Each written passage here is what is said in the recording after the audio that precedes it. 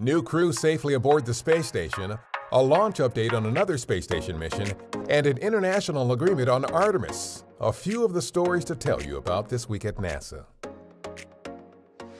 NASA's Kate Rubins is safely aboard the International Space Station. She and Expedition 64 crewmates Sergei Ryzhikov and Sergei Kutsverchkov, both of Roscosmos, were greeted by our Chris Cassidy and others aboard the orbital outpost on October 14th, just hours after launching from the Baikonur Cosmodrome in Kazakhstan. NASA's SpaceX Crew 1 mission to the International Space Station is now targeted for no sooner than early to mid-November. This will give SpaceX more time to evaluate some issues observed during a recent non-NASA launch of its Falcon 9 rocket.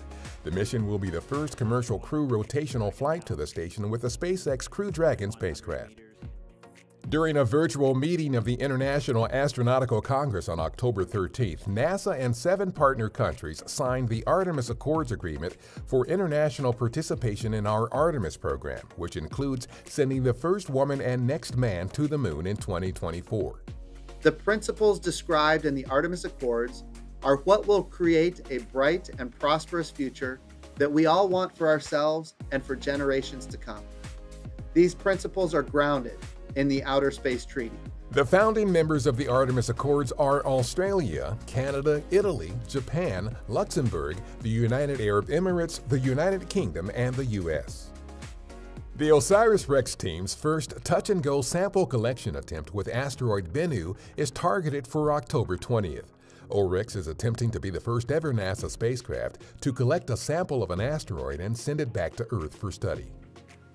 On October 14th, NASA announced the latest partnerships with space tech companies through a tipping point solicitation to develop commercial space capabilities and to benefit future NASA missions. The agency also provided an update on space tech efforts to enable human and robotic exploration on the Moon and future operations on Mars. Learn more at nasa.gov/moon-to-Mars.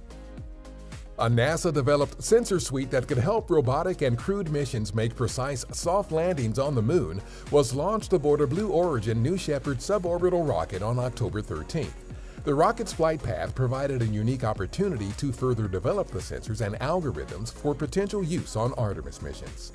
That's what's up this week at NASA. For more on these and other stories, follow us on the web at nasa.gov/twan.